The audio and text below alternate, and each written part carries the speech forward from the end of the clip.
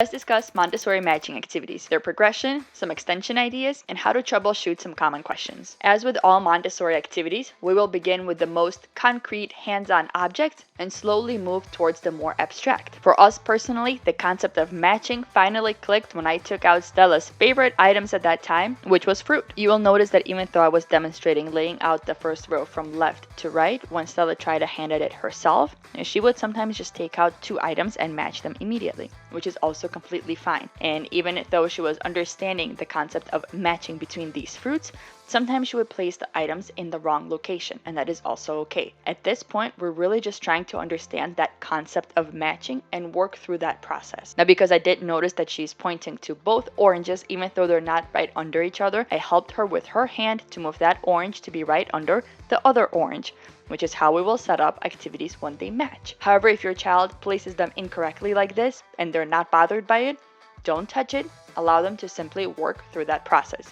The next time you present this activity, you may go ahead and simply show them again how to match the orange to the orange. Once your child has shown that they're able to match a smaller number of items, go ahead and increase the quantity as well as increase the different types of items that you're matching. We really enjoyed matching the different items that we had in our seasonal baskets when we went on our nature walks. And you will see this is when I slowly started showing Stella that we can also match items to pictures in our books. I didn't think she would grasp it at first, but I did notice little moments here and there that she was understanding item to picture matching.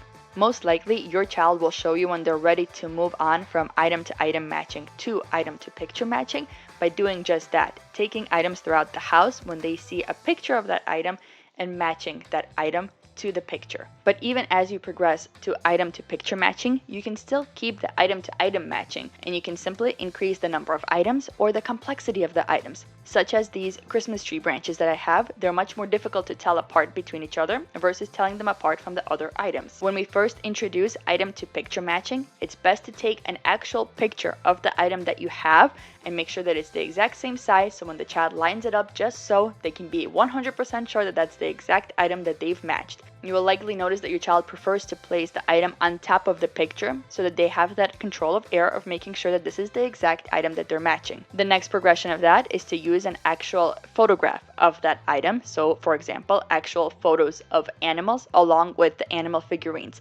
So now we're moving on into an even more abstract concept, which is an actual animal and the representation of that animal in the animal figurine. While you may use actual images of animals within their actual habitat, you'll notice I chose to simply select the animals as is with a white background because Stella was progressing to these activities very quickly and I wanted to scaffold her skills as much as possible. And while you will most commonly see item to picture matching presented in the forms of vehicles, animals, fruits, vegetables, things that we commonly see around the house, don't forget that you can also venture out into something like matching landmarks or things around the world. This has become Stella's new favorite type of activity.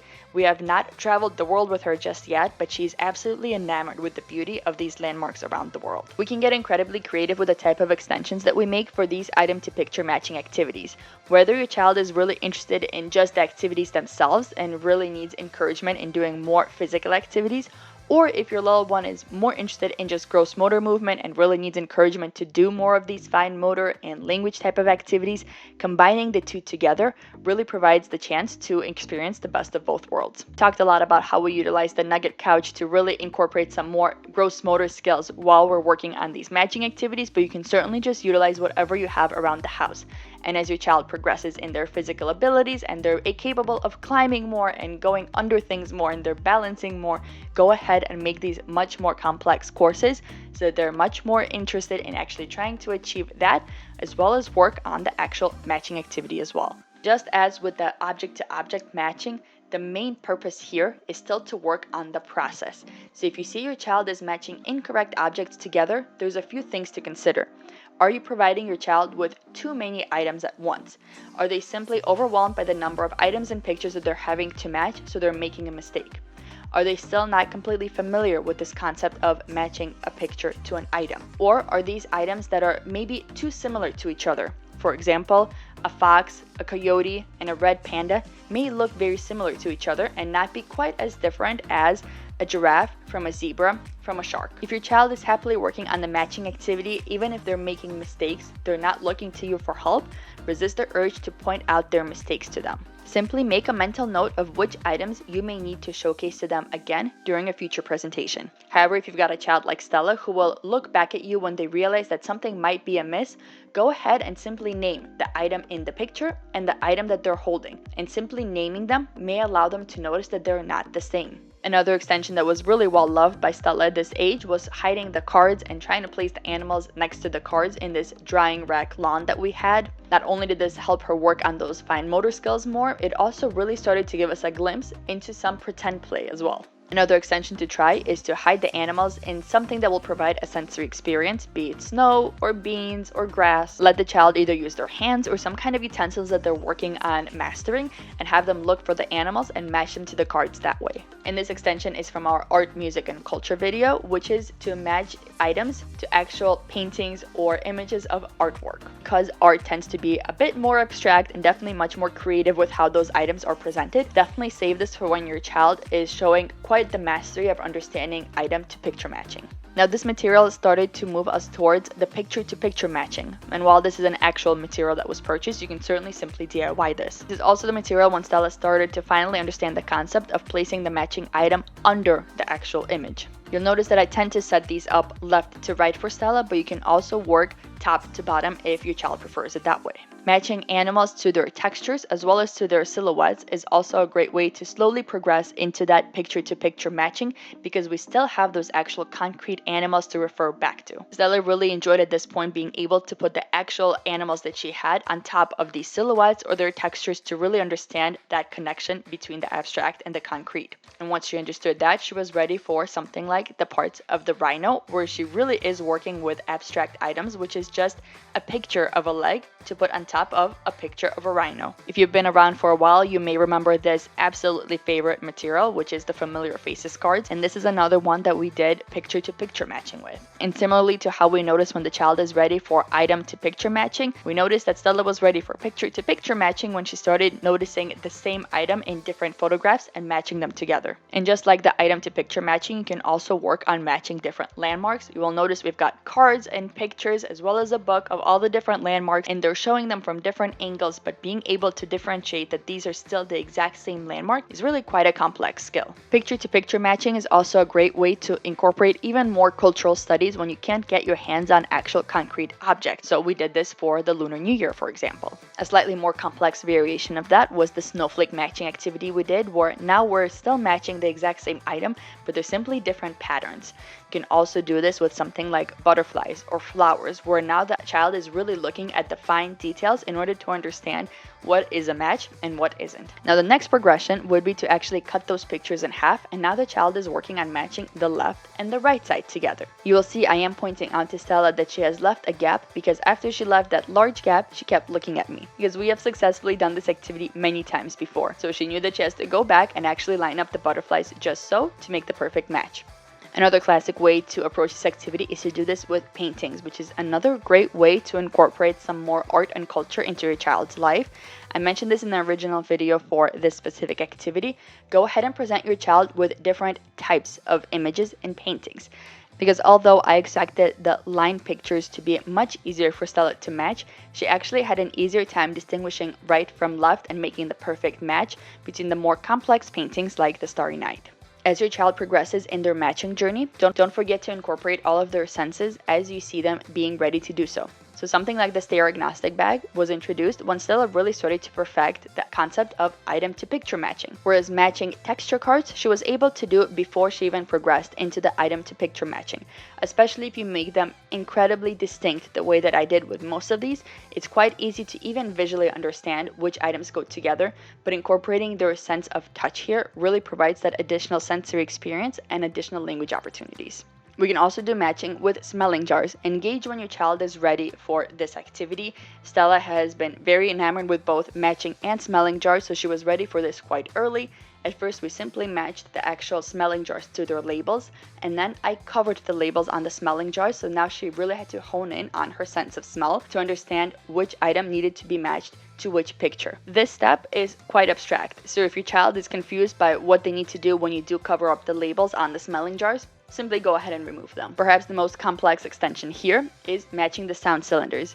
This has been the most difficult one for Stella to finally master because she's really not looking for any visual cues to understand which items match. You can either present this by lining up one set of the sound cylinders on top and have the child look for the second matching sound in their selection, or you can give them one set of the sound cylinders on their left and the other set on their right. Have them take one of the sound cylinders in their left hand and go through each of the sound cylinders on their right until they find a match, and then set them up on top of the rug once they do have a match. Wanted to separate out color matching activities because while they are matching activities, the concept of color and understanding how to match color is quite a bit more complex, and every child will really develop that understanding on their own pace.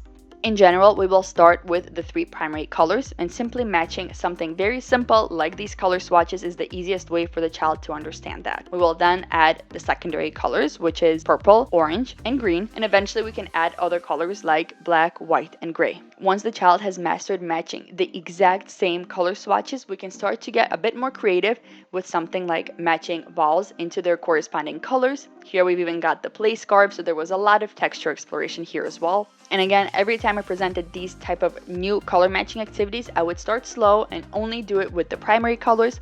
Once Stella perfected and mastered that version of the activity, I would add additional colors. And just as we moved from the more concrete to the more abstract with item to item and then item to picture matching, with colors we will move from exact same shades over into similar shades. So now rather than the exact same shade of red and green, we're simply matching based on the fact that these items are red or green. And then instead of plopping the bees into a fully green beehive, for example, we are only seeing the outline. And eventually we can move towards something as complex as matching these different stickers, which not only have to match based on color, but also the different patterns within those colors. And the most complex variation of doing color matching activities is to have your child recall items around the house that will match something like construction paper that they have in front of them.